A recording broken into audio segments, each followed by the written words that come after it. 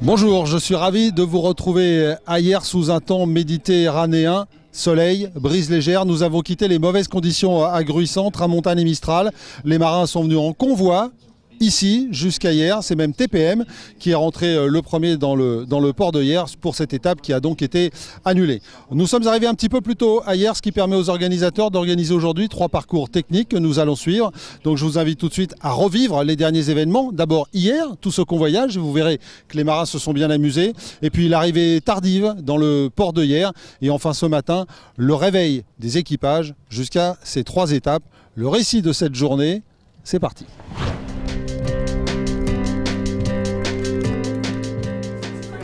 Et les premiers à entrer dans le port de Hyères sont les équipiers de TPM, contents d'arriver chez eux après une journée finalement assez agréable. C'était bien, c'était vanté. On a chopé 46 nœuds, des grosses pointes à plus de 22 nœuds. Donc ouais, on s'est éclaté quoi. On est passé au-dessus de toute la flotte, pas une manœuvre, tout comme il faut quoi. Dommage que ça soit un coef 0 quoi au final. Et les prévis 0 quoi. C'était super chaud sous Sissier, mais on a affalé, on faisait qu'enfourner là-bas, mais après c'est le jeu hein. À l'arrivée à la maison, même si c'est un coef 0, on est content devant le public quoi. C'était donc une journée de convoyage, enfin c'est le nom qu'on lui a donné. Grâce à Sidney Gavignet, vous pourrez constater que les marins se sont bien amusés. Alors hier c'était très chouette, on avait des formules de voile de convoyage, c'est-à-dire pour pas que ça risque sur le bateau. À un moment donné on naviguait avec seulement un petit spi et pas de grand-voile. Et en passant sous Marseille, là, après du Cap Sissier, on avait 27, 28, 29, 30... 31, 33, boum, plus de 40 nœuds tout d'un coup. Et donc là, on a affalé, là, la mer fumait. On était prêts, on avait tout préparé bien. Ambiance un peu Volvo dans la technique pour affaler, tous les cordages sur les winches et tout, que tout soit vraiment prêt sans risque. Et ça s'est bien passé, on a affalé au bon moment. Normandie qui était à côté de nous je crois, a foutu son spi dans l'eau et un spi en lambeau juste avant nous. Mais c'était chouette, il y a eu pas mal de rotations à la barre, c'était assez ambiance cool à bord.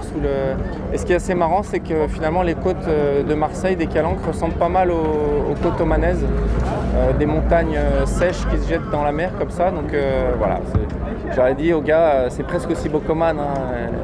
On m'a dit almost. Les amis, on voyage sur Omansel.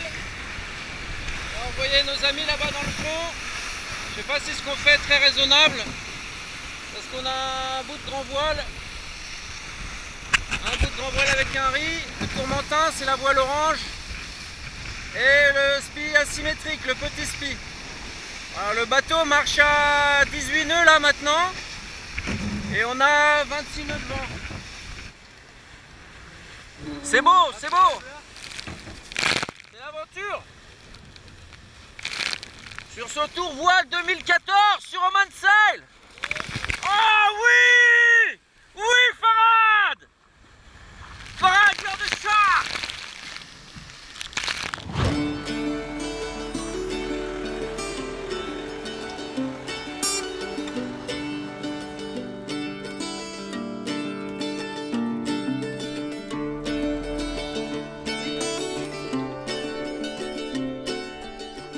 À cause des conditions atmosphériques, le programme a été bouleversé. Il faut que les équipages s'adaptent, mais aussi la logistique.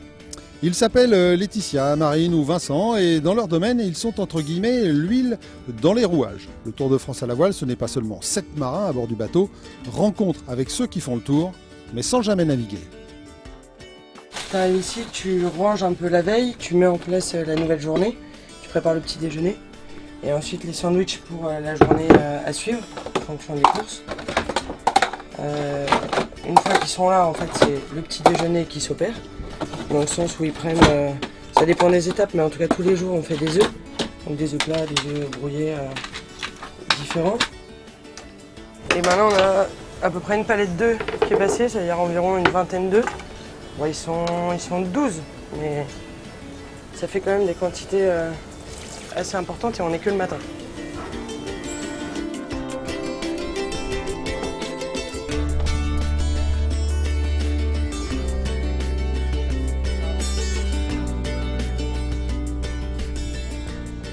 Il y a Franck là, qui fait les muesli, qui fait revenir à la poêle et qui met de l'huile d'olive dedans.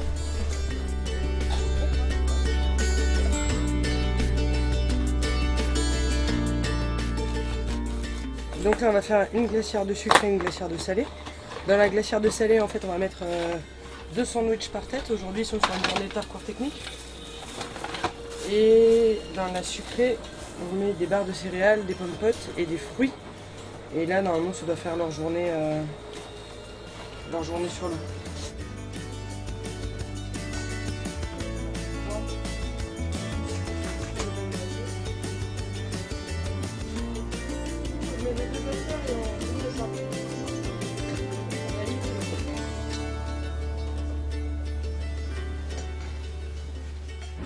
Je vois avec le cuisinier ce qu'il faut en nourriture pour la journée, en quantité d'eau. Je m'arrange pour que les packs soient là, disponibles sur le ponton, pour qu'ils puissent partir sereinement en mer. Ensuite, je reviens les chercher. Et puis à côté de ça, j'aide aussi le préparateur du bateau à aller acheter du matériel s'il n'a pas le temps, c'est trop loin. Le cuisinier à aller au supermarché, à faire, voilà. En fait, j'aide tout le monde. Et puis je fais les plannings comme ça, en partenariat avec le coach, Dimitri. Et puis voilà. Ensuite, j'assiste au briefing et je vois de quoi ils ont besoin.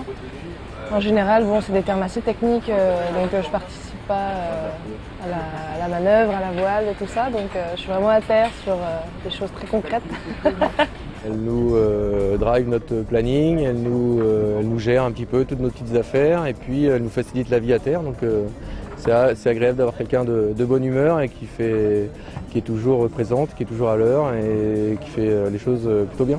Ah, c'est très important pour la vie du groupe de savoir qu'il y a un suivi, qu'il y a quelqu'un derrière, que tout est fait en temps et en heure, que quand il y a un problème c'est résolu tout de suite sans qu'on soit spécialement averti par moment. Et voilà, donc et à terre il s'est vraiment passé, on n'a eu aucun souci depuis le début. Elle est très importante puisqu'elle nourrit et elle donne du carburant aux équipiers, ça c'est important. Et voilà, elle est toujours là pour apporter la petite touche de plaisir dans ses repas, ça c'est aussi pas mal. Donc elle connaît bien nos goûts et depuis qu'elle travaille avec Groupama, c'est très important d'avoir toujours la même personne à nos côtés.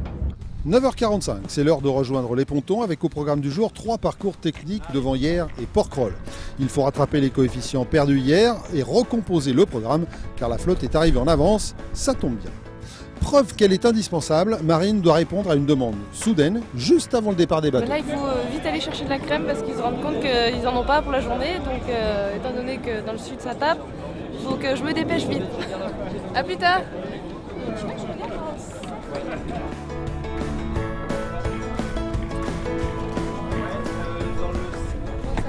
On a trouvé la crème. Mission accomplie, encore une fois, Super Marine a assuré. Les équipiers de Bretagne Crédit Mutuel seront protégés des coups de soleil. Autre mission de la journée, il a fallu emmener le cuistot qui a fait une mauvaise chute, entorse aux urgences. Encore une fois, Marine s'en est occupée. Bon, maintenant, c'est la course. Avant de rejoindre le départ, un petit tour par TPM avec la famille Baru et la famille Simoneau. 2 fratries à bord des locaux qui espèrent bien donc reprendre le Spirose à Normandie juste avant le départ. En tout cas, l'ambiance est plutôt sereine sur le bateau hyérois.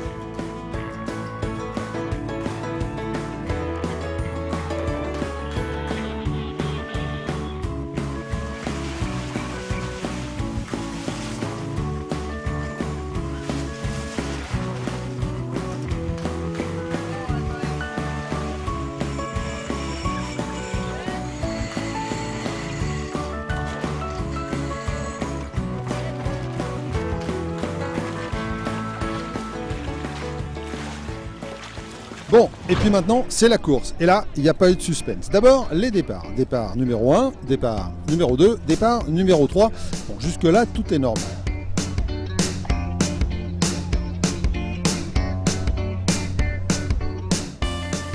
Et puis, à l'arrivée, Groupama et Groupama. Franck Camas, comme à Rosas lors de son retour sur le Tour, a réalisé le Grand Chelem. Départ en tête, course en tête et arrivée devant. 3 parcours techniques et 3 victoires. Les hésitations constatées il y a quelques jours et les perturbations occasionnées par les changements de programme sont derrière pour le bateau vert.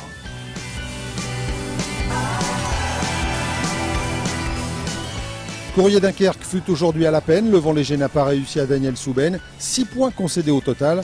Mauvaise journée donc, mais on se souvient qu'à Rosas, Daniel Souben avait rétabli l'équilibre dès le lendemain. Alors 6 points de reprise sur Dunkerque, c'est plutôt bien. Et puis ça compense le manque d'opportunités qu'on aurait pu avoir hier avec la Manche, la grande course de Méditerranée. Donc non, très, très bien. Et puis voilà, il faut que ça continue. C'est beaucoup trop de perdus, ça c'est sûr. Par contre, il en reste 13 d'avance. Donc c'est encore une très très bonne position pour nous.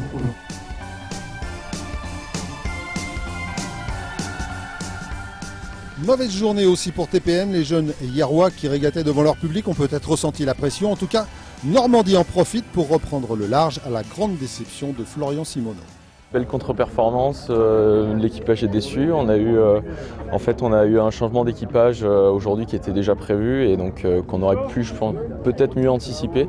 Et donc forcément, il y a un temps d'adaptation sur le bateau et aujourd'hui, c'est le temps d'adaptation. Ça a pris 3 manches. Là, on s'en est toujours pas. Enfin, je pense que ça va prendre encore un petit peu de temps.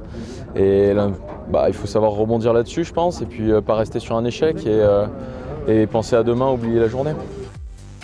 Au classement, Courrier Dunkerque toujours devant, 13 points d'avance encore sur Groupama. Bretagne, Crédit Mutuel et Team Oman Sail se sont contrôlés. Toujours un petit point d'avance pour les Bretons. Au classement des amateurs, Normandie devance de 14 points TPM. Tout reste jouable. Voilà pour cette première journée de régate à hier avec l'info du jour. Grand chelem pour Groupama 34 et Franck Camas. Franck Camas et son équipage qui ont remporté les 3 parcours techniques du jour et qui ont donc repris 6 points à Courrier Dunkerque. Mais il en reste encore beaucoup à reprendre. Autre information, TPM, la pression peut-être pour les locaux qui ont aussi laissé filer beaucoup de points face à Normandie au classement amateur. Une journée donc importante dans ce Tour de France à la voile après ce programme bouleversé suite aux conditions atmosphériques difficiles. Demain sera un autre jour avec encore 2 parcours techniques plus un parcours côtier, le Tour de Porquerolles. L'occasion pour ceux qui ont laissé filer des points aujourd'hui de se reprendre.